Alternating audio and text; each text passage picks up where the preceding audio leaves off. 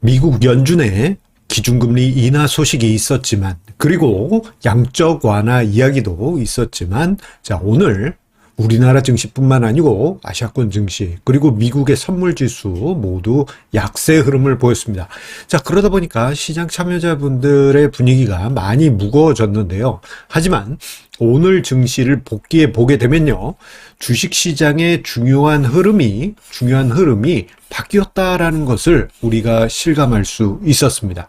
어떤 부분이 바뀐 것일까요? 자, 오늘 증시 토크를 보시면요, 2026년에 어떠한 부분이 투자의 핵심이 될지, 감을 잡으실 수 있을 것입니다. 구독, 좋아요, 그리고 여러분들의 댓글과 함께 증시 토크 시작하도록 하겠습니다. 자, 앞서 언급드린 대로 코스피 지수는 오늘 0.5%대의 약세 흐름으로 마감됐어요. 그런데 코스피 지수뿐만 아니고 일본 증시, 대만 증시, 그리고 중국 증시 모두 약세 흐름을 제법 깊게 보여줬죠. 여기에 미국의 지수 선물 지수 또한 장중에 제법 깊은 낙폭을 보였습니다. 자, 이러한 낙폭 생각해 보면, 자, FOMC 회의에서 금리 인하가 결정되었다라는 부분을 감안해 봤을 때 좀 생각보다는 조금 반응이 좀 실망스러운 부분이 있었을 거예요. 자, 그런데요, 제가 어제 증시 토크에서 이야기 드린 바처럼 지금 현재 전 세계의 증시는 9월과 10월 급등 이후에 숨고르기를 거치면서 변동성 축소 과정에 있다. 그래서 급하게 올라가기에는 조금 좀 무리가 있을 수 있다. 아주 결정적인 무언가가 있어야 된다라는 점을 이야기를 드렸는데, 그 무언가가 결정적인 게 좀 없었습니다. 그나마 양적 완화를 재개한다 라는 이야기가 연준에서 나왔어요. 12일부터 400억 달러 규모의 단기 채권을 매입하겠다. 이게 이제 양적 완화죠, 결국. 이러한 호재성 재료, 다만 이게 아주 결정적인 호재는 아니었다 보니 시장이 지지부진할 것으로는 예상했는데, 자, 그렇다 하더라도 약세를 보인 가장 큰 이유는요, 오라클의 실적이 실망스럽게 나왔기 때문입니다. 자, 시장에서 예상한 것보다 오라클의 실적이 그러니까 실망스럽게 나오면서 그래도 두 자릿수 매출액 성장률이었거든요. 하지만 시장에서 예상한 것보다 낮게 나오면서 시간에서의 오라클의 가격이 12%나 급락했죠.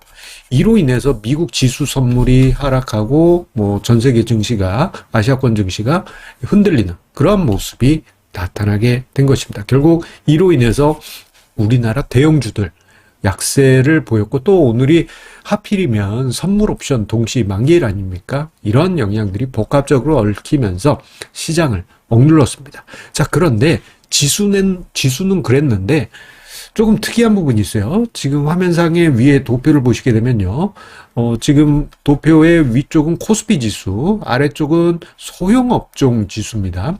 자, 보시게 되면 이게 11월 초부터 해서 흐름인데 조금 양상이 틀려요. 뭐냐, 그 이전 9월, 10월, 6월부터 따지자면 코스피 지수는 정말 이렇게 날카롭게 상승했잖아요. 하지만 소형업종 지수는 7월까지 상승하는 듯 하다가 지지했습니다. 자, 그랬던 분위기가 11월부터 어떤 흐름이 나타났느냐? 그 전까지는 차별화 장세로 정말 힘든 시간을 보냈던 소형업종 지수, 이거는 중형업종 지수도 마찬가지입니다. 그리고 코스닥 시장의 중형업종 지수, 소형업종 지수 마찬가지입니다.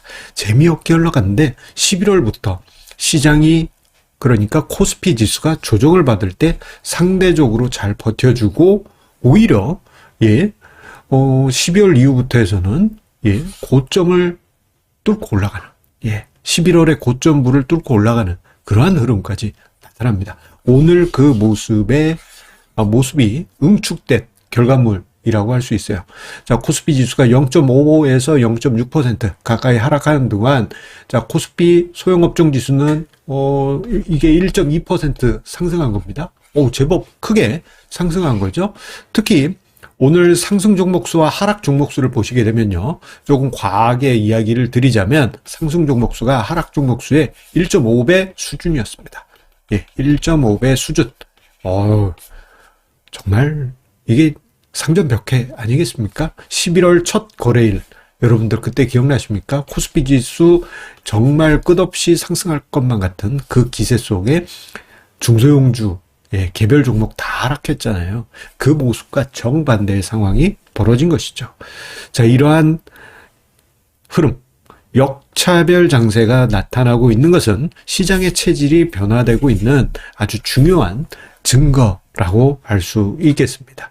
자, 이런 모습은 어떻게 보면 2022년 중시를 미리 반영하고 있는 듯한 그러한 느낌을 느껴지게 하는데요.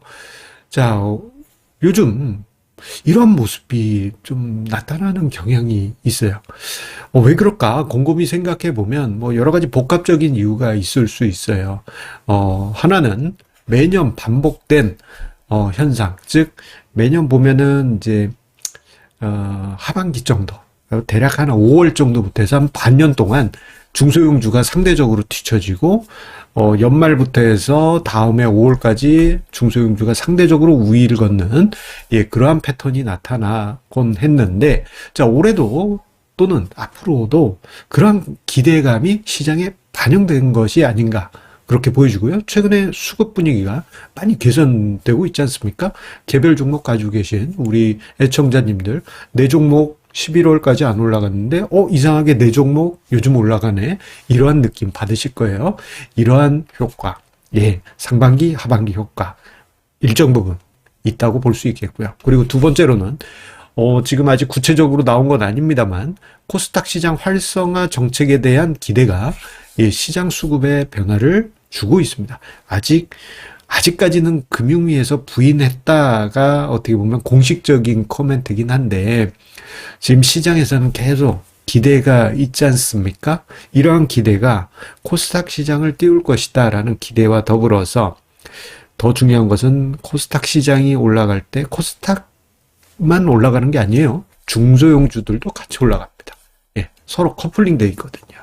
이러한 기대가 반영되고 있다라고 할 수 있겠습니다. 여기에 생각해보면 6월 이후 11월 초, 10월 말까지로 하죠. 차별화 장세 속에서 대형주만 상승했잖아요. 주가 지수가 올해만 70% 가까이 상승했으니 피로감이 클 수밖에 없죠. 그에 반해서 중소형주라든가 코스닥 지수는 상승폭이 크게 낮은 모습이죠.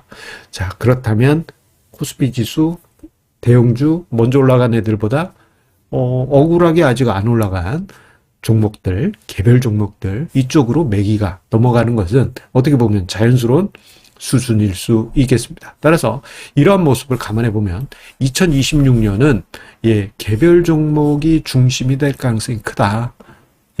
물론 가봐야 아는 일입니다만 지금 돌아가는 분위기로는 개별 종목의 흐름이 일단 적어도 상반기까지 나타날 가능성이 크지 않겠느냐, 그러한 한번 예상을 해봅니다. 물론 이건 가봐야 되겠지만 말이죠. 자, 여러분들의 성공 투자 응원드리면서요, 언제든지 투자 어떻게 하지 고민되실 때는 미래엔니 투자자문 제 머리 위에 있는 전화 주시거나요, 아니면 댓글 최상단 영상 본문에 있는 미래엔니 투자자문 자문 서비스 신청하기에 많은 관심 부탁드리겠습니다. 감사합니다. 안내 말씀드립니다. 투자자는 금융투자 상품에 대하여 금융회사로부터 충분한 설명을 받을 권리가 있으며 투자 전 상품 설명서 및 약관을 반드시 읽어보시기 바랍니다. 당사의 금융상품은 예금자 보호법에 따라 보호되지 않습니다. 당사의 금융투자 상품은 자산가격 변동 등에 따라 투자 원금의 손실 0에서 100%가 발생할 수 있으며 그 손실은 투자자에게 귀속됩니다. 주식 투자는 원금 손실이 발생하며 투자의 최종 판단과 책임은 투자자 본인의 책임하에 있습니다.